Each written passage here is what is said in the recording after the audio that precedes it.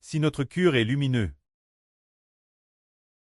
tout notre corps est dans la lumière. Le Seigneur Jésus-Christ a dit, le mystre de l'île qui est la lampe du corps. Frère Hébert vient l'expliquer aux frères et sœurs. Le Seigneur a dit, l'île est la lampe du corps. Si ton île est saint, tout ton corps sera clair. Mais si ton île est mauvais, tout ton corps sera dans les ténèbres. Prends donc garde, de peur que la lumière qui est en toi ne devienne ténébreuse cause du péché. Combien grandes seront ces ténèbres? Mais si ton cœur est rempli de lumière, sans aucune part de ténèbres, alors tu seras entièrement dans la lumière, comme lorsqu'une lampe t'éclaire de sa lueur. Alors il est dit ici, en utilisant une métaphore, quand l'île, si l'île est claire, alors tout le corps est dans la lumière. Si l'île n'est pas trouble, tout ce qu'il voit devient clair. Mais si l'homme, l'île du cœur, cesse dire l'esprit intérieur. S'il est lumineux, c'est certes une bonne chose, mais s'il est ténébreux, quelle obscurie ce sera? Cela se effreur. Quel genre de personne a l'île intérieure dans les ténèbres? En fait, ceux qui ont le pcha en eux, leur lumière intérieure est ténébreuse. Quel genre de personne a sa lumière intérieure en ténèbres? C'est celui qui n'accepte pas le Seigneur Jésus. En lui habite un esprit de ténèbres. Cet esprit de ténèbres est l'esprit de psh du diable Satan. Quand l'esprit de pshet de Satan habite en quelqu'un, alors cette personne est appelée une personne marchant dans les ténèbres. Mais si le Saint-Esprit de Dieu entre en nous par le Seigneur Jésus-Christ, nous avons un esprit haine du Saint-Esprit. Nous avons l'esprit du prêt en nous. Or, l'esprit du prêt est lumière. Alors, nous marchons dans la lumière. Par exemple, nous prêchons l'évangile du Seigneur.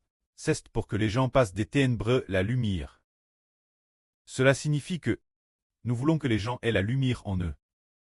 Auparavant, il y avait des ténèbres en l'homme. Qu'est-ce que ces ténèbres? C'est que le pshach habitait l'intérieur, et c'est devenu sombre. Alors, comment l'homme peut-il passer des ténèbres la lumière? C'est en appartenant à Jésus, en croyant en Jésus, en tant bâti au nom de Jésus. En devenant enfant sous le nom de Jésus, alors, Jésus enlève nos ténèbres de l'intérieur. Les enlève pour les jeter dans l'abîme, et il nous donne la lumière. Ainsi, nous pouvons passer des ténèbres la lumière, pour que les frères et sœurs sachent que cette personne marche dans la lumière, et que cette autre marche dans les ténèbres. Frère Hébert va donner une métaphore.